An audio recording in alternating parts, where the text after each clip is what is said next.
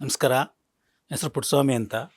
ನಿನ್ನೆ ಮೊದಲ ಎಪಿಸೋಡಲ್ಲಿ ನಾನು ನನ್ನ ಸರ್ವಿಸ್ ಬಗ್ಗೆ ಮಾತಾಡ್ತಾ ಇದ್ದೆ. ನಾನು ಜೋಧ್ಪುರಲ್ಲಿ ನಾನು ಎನ್ ಸಿ ಸಿಗೆ ಬಂದೆ ಅಂತ ಹೇಳ್ತಾ ಇದ್ದೆ. ನಾನು ಎನ್ ಸಿ ಸಿಗೆ ಬರೋಕ್ಕೆ ಮೊದಲು ಒಂದಷ್ಟು ವಿಷಯನ ಹೇಳಬೇಕಂತಿದ್ದೀನಿ ನಾನು. ಆರ್ಮಡ್ ಕೋರ್ ಮೇನ್ ಮುದ್ದ ಏನು ಅಂದರೆ, ನಾವು ಡೈರೆಕ್ಟ್ ಫೈರ್. ಡೈರೆಕ್ಟ್ ಅಂದರೆ ನಾವು ಎದುರುಗಡೆ ಯಾವ ನಮ್ಮದು ವೈರಿಗಳ ಟ್ಯಾಂಕೋ ಅಥವಾ ಏನೋ ಒಂದು ಟಾರ್ಗೆಟ್ ನಾವು ಡೈರೆಕ್ಟಾಗಿ ನೋಡಿ ಅದರ ಮೇಲೆ ರೇಂಜ್ ನಾವು ಫಿಟ್ ಮಾಡಿ ಡೈರೆಕ್ಟಾಗಿ ಫೈರ್ ಮಾಡುವಂಥದ್ದು ನಾವು ಆರ್ಮಡ್ ಕೋರ್ನವರು.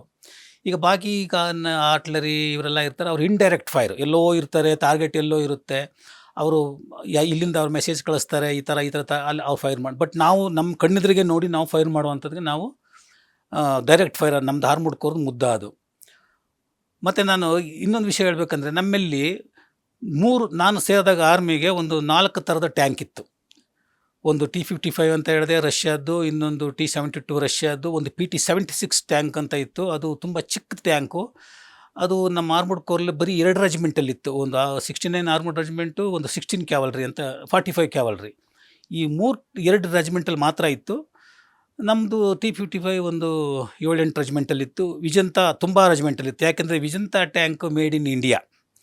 ಆ ಟ್ಯಾಂಕ್ ತುಂಬ ರೆಜಿಮೆಂಟಲ್ಲಿತ್ತು. ಅದ್ರ ತುಂಬ ಡಿಫೆಕ್ಟ್ ಇತ್ತು. ಈಗ ಅದು ಅಬ್ಸಲ್ಯೂಟ್ ಆಗ್ಬಿಟ್ಟೈತೆ. ಎಲ್ಲ ಟ್ಯಾಂಕು ಈಗ ಹಳೆಯ PC-72 ಸಹ ಅಬ್ಸಲ್ಯೂಟ್ ಆಗದೆ, ನಮ್ಮ T-55 ಸಹ ಇಲ್ಲ. ಇದರಲ್ಲಿ 3 ಥರದ ಅಮ್ಯುನೇಷನ್ ನಾವು ದೊಡ್ಡ ಅಮ್ಯುನೇಷನ್ ಫೈರ್ ಮಾಡ್ತೀವಿ. ಅದರಲ್ಲಿ ಒಂದು APDS ಅಂತ ಹೇಳ್ತೀವಿ, DST ಅಂತ ಹೇಳ್ತೀವಿ, ಇನ್ನೊಂದು ಹ್ಯಾಶ್ ಅಮ್ಯುನೇಷನ್ ಅಂತ ಹೇಳ್ತೀವಿ ನಮ್ಮದು ಮೇನ್ ಟ್ಯಾಂಕಲ್ಲಿ.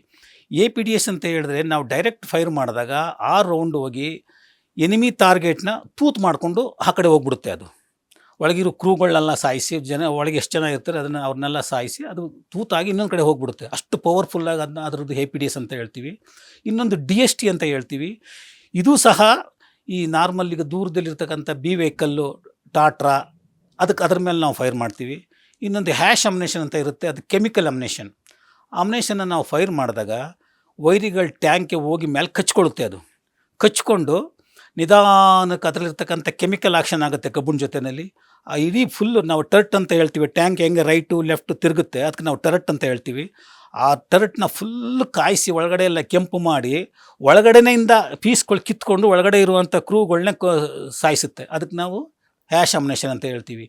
ಈ 3 ಥರದ ಒಂದು ಅಮ್ಯುನೇಷನ್ ನಮ್ಮ ಒಂದು ಟ್ಯಾಂಕಲ್ಲಿ ನಾವು ಫೈರ್ ಮಾಡ್ತೀವಿ. ಅದಲ್ಲದೆ ಮೇಲೆ ಟ್ಯಾಂಕ್ನ ಮೇಲೆ ಒಂದು ಸ್ಮಾಲ್ ಅಮ್ಯುನೇಷನ್ ಅಂತ ಇರುತ್ತೆ, ಪಿಕೇಟಿ ಅಂತ ಹೇಳ್ತೀವಿ ನಾವು ಅದಕ್ಕೆ. ಅದನ್ನು ನಾವು ಟ್ಯಾಂಕ್ನ ಮೇಲೆ ಫಿಟ್ ಮಾಡಿರ್ತೀವಿ. ಅವ್ರು ನಾರ್ಮಲ್ ಎದುರುಗಡೆಯಿಂದ ಯಾರಾದರೂ ಸಣ್ಣ ಜೀಪು, ಜೋಂಗ, ಅವು ನಾರ್ಮಲ್ ಇದು ಹೆಬ್ಬಿ ವೆಹಿಕಲ್ ಅಂತ ನಾನು ಮೊದಲೇ ಹೇಳಿದ್ನಲ್ಲ, ಆ ವೆಹಿಕಲ್ ಬಂದರೆ ಅದ್ರ ಮೇಲೆ ನಾವು ಅದನ್ನ ಫೈರ್ ಮಾಡ್ತೀವಿ.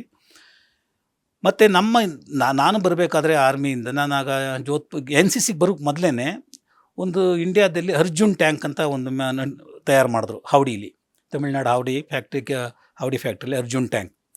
ಆ ಅರ್ಜುನ್ ಟ್ಯಾಂಕ್ ಟ್ರಯಲ್ ಆದಮೇಲೆ ಅದನ್ನು ಸಹ ನಮ್ಮ 75 ಆರ್ಮಡ್ ರೆಜಿಮೆಂಟ್ಗೆ ಟ್ರಯಲ್ ಕೊಟ್ಟರು. ನಾವು ಆ ಟ್ಯಾಂಕನ್ನು ತಗೊಂಡು ಮಹಾಜನ್ ರೇಂಜ್ ಅಂತ ಬರುತ್ತೆ ಒಂದು ರಾಜಸ್ಥಾನದಲ್ಲಿ ದೊಡ್ಡ ರೇಂಜ್, ಅದು ಎಲ್ಕಿಂಟ ರಾಜಸ್ಥಾನದಲ್ಲಿ ಮಹಾಜನ್ ರೇಂಜ್. ಅದು ಬಿಟ್ಟರೆ ಪೋಖ್ರನ್ನು, ಅದು ಬಿಟ್ಟರೆ ಬಬಿನಾ ಅಂತ ಹೇಳ್ತೀವಿ ಮಧ್ಯಪ್ರದೇಶದಲ್ಲಿ, ಅದು ನಾರ್ಮಲ್ ಸ್ವಲ್ಪ ಚಿಕ್ಕ ರೇಂಜು. ಇನ್ನೊಂದು KK ರೇಂಜ್ ಅಂತ ಹೇಳ್ತೀವಿ, ಅದು ಮಹಾರಾಷ್ಟ್ರ ಅಹಮದ್ನಗರ್ ನಮ್ಮ ಟ್ರೈನಿಂಗ್ನವ್ರಿಗೆ ಮಾತ್ರ ಅದು ಅಲ್ಲಿ ಫೈರ್ ಮಾಡೋದಿಗೆ. ಮಹಾಜನ್ ರೇಂಜಲ್ಲಿ ನಾನು ಅದನ್ನ ಅರ್ಜುನ್ ಟ್ಯಾಂಕ್ನಲ್ಲಿ ನಾನು ಫೈರ್ ಮಾಡಿ ಅದನ್ನು ನಾವೆಲ್ಲ ಟೆಸ್ಟ್ ಮಾಡಿ ನಾವೊಂದು ಮಾಡಿದ್ದು. ಬಟ್ ನಾನು ಇರಬೇಕಾದ್ರೆ ಆ ಟ್ಯಾಂಕ್ ಬಂದಿಲ್ಲ ನಮ್ಮ ಯೂನಿಟ್ಗೆ. ನನ್ನ ಆರ್ಮಿಯಿಂದ ಬಂದ ಮೇಲೆ ಆ ಟ್ಯಾಂಕ್ ಬಂತು. ಅದನ್ನ ಫಸ್ಟ್ ನಮ್ಮ ರೆಜಿಮೆಂಟ್ಗೆ ಕೊಟ್ಟರು. ನಮ್ಮಲ್ಲಿ ಇರ್ತಕ್ಕಂಥ T-55 ಟ್ಯಾಂಕ್ನ ತೆಗೆಸಿ ಅರ್ಜುನ್ ಟ್ಯಾಂಕ್ಗೆ ಕೊಟ್ಟರು. ನಾನು ಆಮೇಲೆ ರೆಜಿಮೆಂಟ್ಗೆ ಹೋದಾಗ ಆ ಟ್ಯಾಂಕಲ್ಲಿ ಕೂತ್ಕೊಂಡು ನಾನು ಖುಷಿಪಟ್ಟೆ. ನಾನು ಯಾಕಂದರೆ ಇದರಲ್ಲಿ ನಾನು ಟ್ರಯಲ್ ಮಾಡಿದ್ದೆ, ನಾನು ಸರ್ವಿಸಲ್ಲಿ ಇರಬೇಕಾದ್ರೆ ಮಹಾಜನ್ ರೇಂಜಲ್ಲಿ ಅಂತ. ನಂತರ ಅದನ್ನು ನಾನು ಅಲ್ಲಿಂದ ಜೋಧ್ಪುರಿಂದ ನಾನು NCCಗೆ ಬಂದೆ. NCC ಕತೆ ನಿಮಗೆ ಹೇಳಿದ್ನಲ್ಲ. NCC ನಾವು ಏನೇನು ಮಾಡ್ತೀವಿ, ಹುಡುಗರನ್ನೆಲ್ಲ ಕರ್ಕೊಂಡೋಗಿ ವಾರಕ್ಕೊಂದಪ್ಪ ಡ್ರಿಲ್ ಮಾಡಿಸ್ತೀವಿ. ಆವಾಗ ನಮಗೆ ಒಂದು ಕಾಲೇಜಲ್ಲಿ ರೂಮ್ ಕೊಟ್ಟಿರ್ತಾರೆ. ಆ ರೂಮಲ್ಲಿ ಹೋಗಿ ನಾವು ಹುಡುಗರನ್ನೆಲ್ಲ ಕುಂಡಿಸ್ಕೊಂಡು ನಮ್ಮ ನಮ್ಮ ಆರ್ಮಡ್ ಕೋರ್ ಬಗ್ಗೆ ನಾವು NCC ಬೇರೆ ಬೇರೆ ಇರುತ್ತೆ. ಬೆಂಗಳೂರಲ್ಲಿ ಆರ್ಟ್ಲರಿ NCC ಇರ್ತದೆ, ಇನ್ಫೆಂಟ್ರಿ NCC ಅಂತ ಇರುತ್ತೆ. ನಮ್ಮದು ಆರ್ಮಡ್ ಕೋರ್ NCC. ನಾವು ಸೀನಿಯರ್ ಸ್ಟೂಡೆಂಟ್ಸ್ಗೆ ನಾವು ಪಾಠ ಮಾಡೋದು. ನಮಗೆ ನಮ್ಮ ಆರ್ಮಡ್ ಬಗ್ಗೆನೇ ನಾವು ಅವ್ರಿಗೆ ಪಾಠ ಮಾಡ್ತಿರ್ತೀವಿ. ಪಾಠ ಮಾಡಿ ಆವಾಗ ಎಕ್ಸಾಮ್ ತಗೊಳ್ತಾ ಇರ್ತೀವಿ. ಕೊನೆಗೆ ಅವ್ರಿಗೆ 1 ವರ್ಷ ಆದ ತಕ್ಷಣವೇ ಈಗ ಫೈನಲ್ ಇಯರ್, ಈಗ 3 ವರ್ಷ ಒಬ್ಬ NCC ಕಂಟಿನ್ಯೂ ಮಾಡಿದ 3 ವರ್ಷ NCCಲಿ ಇದ್ದ ಅಂತಂದರೆ 3ನೇ ವರ್ಷಕ್ಕೆ ಆ ಒಂದಿಗೆ ಎಂಡ್ ಆಗುತ್ತೆ. ಆಗ ನಾವು ಅವರಿಗೆ ಒಂದು B ಸರ್ಟಿಫಿಕೇಟ್ ಅಂತ ಕೊಡ್ತೀವಿ. ಆ ಸರ್ಟಿಫಿಕೇಟಿಂದ ಅವನು ಡೈರೆಕ್ಟು IPSಗೋ IASಗೋ ಡೈರೆಕ್ಟ್ ವಿತೌಟ್ ರಿಟರ್ನ್ ಎಕ್ಸಾಮ್ ಅವ್ನು ಡೈರೆಕ್ಟ್ ಎಂಟ್ರಿಗೆ ಹೋಗ್ತಾನೆ, ಆ ಸರ್ಟಿಫಿಕೇಟ್ ಅವ್ರ ಹತ್ರ ಇದ್ದರೆ. ಎಷ್ಟೋ ಜನ ನಾನು ಇರಬೇಕಾದ್ರೆ ಎಷ್ಟೋ ಹುಡುಗರು ಇಲ್ಲಿ IPS ಆಗಿದ್ದಾರೆ, ಸಿಗ್ತಾರೆ. ಈಗೂ ನಾವು ಸರ್ವಿಸಲ್ಲಿದ್ದಾರೆ ಅವರೆಲ್ಲ. ನಮಸ್ತೆ ಅಂತ ಹೇಳ್ತಾರೆ. ಖುಷಿ ಆಯ್ತದೆ ನೋಡಿ, ನಾವು ಪಾಠ ಮಾಡೋದು ಹುಡುಗರುಗಳು ಇವೆಲ್ಲ IAS, IPS, ಪೊಲೀಸ್ನೆಲ್ಲ ಕಮಿಷನರ್ಸ್ ಆಗವ್ರೆ, DIG ಆಗವ್ರೆ, IG ಆಗವ್ರೆ ಅಂತ ಖುಷಿ ಪಡ್ತೀವಿ. ನಾವು ಅಹಮದ್ನಾಗ ಹೆಂಗೆ ನಾವೆಲ್ಲ ಟ್ರೈನಿಂಗ್ ಎಲ್ಲ ಕೊಟ್ಟಾದಮೇಲೆ ಲಾಸ್ಟ್ ನಾವು ಎವರಿವರ್ ಹೋಗ್ಬೇಕಾಗತ್ತೆ ನಾವು. ಬಟ್ ಹುಡುಗರಿಗೆ 1 ಇಯರ್ 3 ವರ್ಷ ಆದಮೇಲೆ ಒಂದಪ್ಪ ಅವ್ರನ್ನ ನಾವು ಅಹಮದ್ನಗರ್ ಕರ್ಕೊಂಡು ಹೋಗ್ತೀವಿ. ಅಹಮದ್ನಗರ್ ಕರ್ಕೊಂಡು ಹೋಗ್ಬೇಕಾದ್ರೆ ನಾವು ಬೆಂಗಳೂರಿಂದ ಟ್ರೈನಲ್ಲಿ ಫುಲ್ ಅವ್ರಿಗೆಲ್ಲ ಫ್ರೀ ಟಿಕೆಟು. ಅವ್ರು ಎಷ್ಟು ಜನ ಇರ್ತಾರೆ ಅಷ್ಟು ಜನ ಮತ್ತು ನಾವು ಹೋಗಿ ಅಹಮದ್ನಗರದಲ್ಲಿ ಹೋದ ತಕ್ಷಣ ನಮಗಲ್ಲೆಲ್ಲ ಇರೋದಕ್ಕೆ ಅಕೊಮೊಡೇಷನ್ನು ಎಲ್ಲ ಕೊಟ್ಟಿರ್ತೀವಿ. ಅಕೊಮೊಡೇಷನ್ ಎಲ್ಲ ಆದಮೇಲೆ ಅಲ್ಲಿ ನಮಗೆ ನೆಕ್ಸ್ಟ್ ಏನು ಮಾಡ್ತೀವಿ ನಾವು, ಅಲ್ಲೂ ಸಹ ಅವರಿಗೆ ಒಂದು 15 ಡೇಸ್ ಟ್ರೈನಿಂಗ್ ಕೊಡ್ತಾರೆ. ಹೆಂಗೆ ಕೊಡ್ತಾರೆ ಅಲ್ಲಿ, ಯಾಕೆಂದರೆ ಅಲ್ಲಿ ಒರಿಜಿನಲ್ ಟ್ಯಾಂಕ್ ಅವೆ. ನಾವೇನು ಮಾಡ್ತೀವಿ, ಪ್ರತಿ ಯೂನಿಟ್ ನಾನು ಮೊದಲೇ ಹೇಳಿದಂಗೆ ನಮ್ಮದು ಆರ್ಮಮೆಂಟು, ಆಟೋ, ಎಲೆಕ್ಟ್ರಾನ್ ರೆಜಿಮೆಂಟ್ ಅಂತ ನಾನು ಏನು ಹೇಳಿದ್ದೆ, ಅಲ್ಲಿ 3 ಕಡೆನೂ ನಾವು ಹುಡುಗರುಗಳ್ನ ನಮಗೆಲ್ಲ ವ್ಯವಸ್ಥೆ ಮಾಡಿರ್ತಾರೆ. ಅಲ್ಲಿ ನಾವು ಕರ್ಕೊಂಡು ಹುಡುಗರನ್ನ ಅಲ್ಲಿ ಬಿಡ್ತೀವಿ. ಬಿಟ್ಟಾಗ ಅಲ್ಲಿ ಇನ್ಸ್ಟ್ರಕ್ಟರ್ ಇರ್ತಾರೆ. ನಾನು ಹೆಂಗೆ ಮೊದಲು ಇನ್ಸ್ಟ್ರಕ್ಟರ್ ಆಗಿದ್ದೆ ಅಲ್ಲಿ, ಅದೇ ಥರ ಅಲ್ಲಿ ಇನ್ಸ್ಟ್ರಕ್ಟರ್ಗಳು ಇರ್ತಾರೆ. ನಾವು ಅವ್ರಿಗೆ ಹ್ಯಾಂಡ್ ಓವರ್ ಮಾಡ್ತೀವಿ ಹುಡುಗರುಗಳ್ನ. ಅವರು ನಿಜವಾದ ಟ್ಯಾಂಕಲ್ಲಿ ಅವ್ರಿಗೆ ಫುಲ್ಲು ಒಂದು 15 ಡೇಸ್ವರೆಗೂ ಎಲ್ಲ ಟ್ರೈನಿಂಗ್ ಕೊಡ್ತಾರೆ. ಇದ್ರಲ್ಲಿ ಆಪ್ರೇಟ್ ಹೆಂಗೆ ಮಾಡ್ತಾರೆ, ಫೈರಿಂಗ್ ಹೆಂಗೆ ಮಾಡ್ತಾರೆ, ಟ್ಯಾಂಕ್ ಹೆಂಗೆ ಅವ್ರ ಕೈ ಟ್ಯಾಂಕು ಓಡಿಸ್ತಾರೆ, ಆಪ್ರೇಟೂ ಮಾಡಿಸ್ತಾರೆ. ಕೊನೆಗೆ ಏನು ಮಾಡ್ತಾರೆ, ಎಲ್ಲ ಟ್ರೈನಿಂಗ್ ಕೊಟ್ಟು 15 ಡೇಸ್ ಆದಮೇಲೆ ಅವ್ರನ್ನ ಅಹಮದ್ನಗರದಲ್ಲಿ ಹೇಳಿದ್ಮೇಲೆ KK ರೇಂಜ್ ಅಂತ ಅಲ್ಲಿ ಕರ್ಕೊಂಡು ಹೋಗ್ತೀವಿ ನಾವು. ಕರ್ಕೊಂಡು ಹೋದಾಗ ಅಲ್ಲಿ ಅವ್ರಿಗೆಲ್ಲ ಕ್ಯಾಂಪ್ ಹಾಕಿ ಅಲ್ಲಿ ಹುಡುಗರನ್ನೆಲ್ಲ ಅಲ್ಲಿ ಇಟ್ಟಿರ್ತೀವಿ. ಅಲ್ಲಿ ಕುಕ್ಕೌಸು ಗಿಕ್ಕೌಸು ಎಲ್ಲ ಪ್ರತಿಯೊಂದು ವ್ಯವಸ್ಥೆನೂ ಆಗಿರುತ್ತೆ. ಮತ್ತು ಟ್ಯಾಂಕ್ಗಳೆಲ್ಲ ಬಂದಿರ್ತವೆ ಅಲ್ಲಿಗೆ, ಅಮ್ಯುನೇಷನ್ ಎಲ್ಲ ಇರುತ್ತೆ. ಹುಡುಗರ ಕೈಲಿ ನಾವು NCC ಹುಡುಗರ ಕೈಲಿ ಟ್ಯಾಂಕಲ್ಲಿ ಕೂರಿಸಿ ಅವ್ರಿಗೆ ನಾವು ಫೈರ್ ಮಾಡಿಸ್ತೀವಿ ಅವ್ರಿಗೆ. ಮತ್ತು ಅಲ್ಲಿ ಟ್ಯಾಂಕ್ನ ಓಡೋದಕ್ಕೆ ಅವ್ರ ಕೈ ಕೊಟ್ಟು ಟ್ಯಾಂಕ್ನ ಓಡಿಸ್ತೀವಿ. ಮತ್ತು ಅದರಲ್ಲೆಲ್ಲ ಮಾಡ್ತೀವಿ. ಇದೆಲ್ಲ ಮಾಡ್ಕೊಂಡು ಬರಬೇಕಾದ್ರೆ ಅವ್ರಿಗೆ ಬಂದು ಇಲ್ಲಿ ವಾಪಸ್ ಅವ್ರಿಗೆ ಕಾಲೇಜ್ಗೆ ಅವ್ರು ಬಂದು ನಾವು ಒಪ್ಪಿಸಾದ್ಮೇಲೆ ಅವ್ರಿಗೆ ಸರ್ಟಿಫಿಕೇಟ್ ಇಶ್ಯೂ ಮಾಡ್ತೀವಿ. ಆ ಸರ್ಟಿಫಿಕೇಟ್ ಆದಾದಮೇಲೆ ಅವರು ಬೇರೆ ಬೇರೆ ಕೆಲಸಕ್ಕೆ ಹೋಗ್ತಾರೆ, ಇಲ್ಲ ಕಾಲೇಜ್ ಬಿಡ್ತಾರೋ, ಆಫೀಸರ್ಸ್ ಆಗ್ತಾರೋ. ನಂತರ ಏನು ಮಾಡ್ತೀವಿ ನಾವು, ಕೆಲವು ಹುಡುಗರು ಏನು ಮಾಡ್ತಾರೆ ಕಾಲೇಜಿಂದ, ಸರ್ ನಾನು IMA ಡೆಹ್ರಾಡೂನ್ಗೆ ಹೋಗ್ಬೇಕು ಸರ್, ನಾನು ಆಫೀಸರ್ ಆಗಬೇಕು, ನನಗೆ ಕೋಚಿಂಗ್ ಬೇಕು ಅಂತ ಬರ್ತಾರೆ ನಮ್ಮ NCC ಆಫೀಸ್ಗೆ. ಮತ್ತು ನಾನು IMA ಡೆಹ್ರಾಡೂನ್ ನನಗೆ IC ಕಮಿಷನ್ ಎಕ್ಸಾಮ್ ತೊಗೋತಾ ಇದ್ದೀನಿ ಸರ್, ನನಗೆ ಅದರದ್ದು ಕೋಚಿಂಗ್ ಬೇಕು ಅಂತಾರೆ. ನಮ್ಮ ಆಫೀಸರು NCC ಇದ್ದಾಗ ಒಳ್ಳೆ ಆಫೀಸರ್, ಅವರು ನೇಪಾಳದ ಆಫೀಸರು ಅಂತ ಇದ್ದರು. ನಾವು ಅವರೆಲ್ಲ ಸೇರ್ಕೊಂಡು ಸಾಯಂಕಾಲ ಟೈಮಲ್ಲಿ ಯಾರ್ಯಾರು ಹುಡುಗರು ಬರ್ತಾರೆ MS ಕಾಲೇಜು ಮತ್ತು ಸೆಂಟ್ ಜೋಸೆಫ್ ಕಾಲೇಜಿಂದ, ನಾನು ಕಮಿಷನರ್ ಆಗಬೇಕು ಸರ್, ನಾನು ಆಫೀಸರ್ ಆಗಬೇಕು ಅಂತ ಯಾರು ಬರ್ತಾರೆ, ನಾವು ಅವ್ರಿಗೆ ಮೇಲೆ ಹೋಗಿ ಬಿಲ್ಡಿಂಗ್ ಮೇಲೆ, ಯಾಕಂದರೆ ಆಫೀಸ್ನ ಓಪನ್ ಮಾಡುವಂಗಿಲ್ಲ ಸಾಯಂಕಾಲದಲ್ಲಿ, ಲಾಕ್ ಆಗಿರುತ್ತೆ. ಮೇಲೆ top food federation building top ಮೇಲೆ ನಮ್ಮ ಆಫೀಸಲ್ಲೇ ಇದ್ದಿದ್ದು. ಮೇಲೆ ಹೋಗಿ ಅವ್ರಿಗೆ ನಾವು ಕೋಚಿಂಗ್ ಕೊಡ್ತಿದ್ದು. ಎಷ್ಟು ಸುಮಾರು ಜನ ನಾವು ಒಳ್ಳೆ ಕೋಚಿಂಗ್ ಕೊಟ್ಟು ನಾವು ಅವ್ರನ್ನ ಸೇರಿಸ್ತಾಯಿದ್ದು. ಕೊನೆಗೆ ನಂದು NCC ಎಲ್ಲ ಮುಗಿಸಿ ನಾನು ಜೋಧ್ಪುರ್ಗೆ ಹೋದೆ. ಜೋಧ್ಪುರ್ಗೆ ನಾನು 4 ವರ್ಷ ಇಲ್ಲಿ NCCಲಿ ಇರಬೇಕಾದ್ರೆ ನಮ್ಮದೇನೋ ಸ್ವಲ್ಪ ಪ್ರಾಬ್ಲಮ್ ಆಯಿತು. ಪ್ರಾಬ್ಲಮ್ ಆದಾಗ ನಾನು ಕೇಳಿಕೊಂಡೆ, ನನಗೆ ಇನ್ನೂ 1 ವರ್ಷ ಎಕ್ಸ್ಟೆನ್ಷನ್ ಬೇಕು ಅಂತ ಕೇಳಿದೆ. ಇಲ್ಲ ಮಿಸ್ಸಸ್ ಸ್ವಲ್ಪ ಏಟಾಗಿತ್ತು, ಅವ್ರಿಗೆ ಹಾಸ್ಪಿಟ್ಲ್ ತೋರಿಸ್ತಾರೆ, ಕಮಾಂಡ್ ಹಾಸ್ಪಿಟ್ಲಲ್ಲಿ. ಆಗ ಇಲ್ಲಿ ನಾವು ಮಾಡೋಕ್ಕಾಗಲ್ಲ, ನಿಮ್ಮದು ಯಾರಾದರೂ ಹೈಯರ್ ಅಥಾರಿಟಿ ಆಫೀಸರ್ ಇದ್ದರೆ ಹೇಳಿ ಅಂತ ಹೇಳಿದ್ರು. ಸರಿ, ಅದೇ ಸಮಯಕ್ಕೆ ನಮ್ಮ ಕಮಾಂಡೆಂಟ್, ನಮ್ಮ armoured corps centre commandant lieutenant general ಇಲ್ಲಿ ಏನಕ್ಕೋ ಒಂದು ಬೆಂಗಳೂರಿಗೆ ಬಂದಿದ್ದರು, ಯಾವುದೋ ಒಂದು ಮೀಟಿಂಗ್ ಅಟೆಂಡ್ ಮಾಡೋಕ್ಕೋ ಯಾವುದೋ ಒಂದು ಬಂದಿದ್ದರು. ನನಗೆ ವಿಷಯ ಗೊತ್ತಾಯಿತು. ಹಿಂಗೆ ನೀನು ಎಕ್ಸ್ಟೆನ್ಷನ್ ಕೇಳ್ತಿದ್ದಲ್ಲ, ನೀನು ಅಲ್ಲಿ ಕಮಾಂಡೆಂಟ್ ಬಂದವರೇ, ನೀನು ಅವ್ರನ್ನೇ ಭೇಟಿ ಮಾಡು ಅಂತ ಹೇಳಿದ್ರು.